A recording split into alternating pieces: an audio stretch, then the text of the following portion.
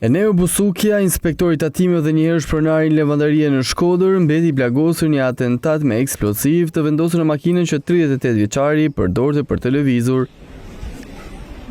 Këto pamje tregojnë pasojat e shpërthimit me lëndë plasëse që u shënua rreth orës 11:53 minuta në lagjen Doc Mazi, një orë si Arra e Madhe me kryeqendrën e Veriut. Enea Busukia po ndiste makinën kur ajo shpërtheu me një herë.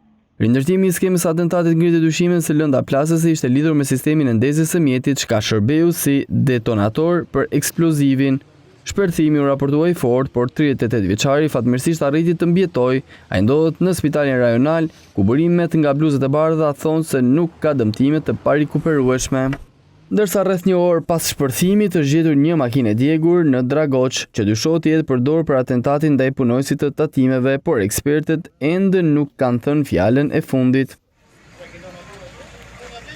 Në kërkim të gjurmëve të autorit, ekspertët e policisë fiksuan provat në vendin e ngjarjes dhe sekuestruan pamjet e kamerave të sigurisë për të rindërtuar një itinerar televizeve dhe për të verifikuar për personat e dyshimit.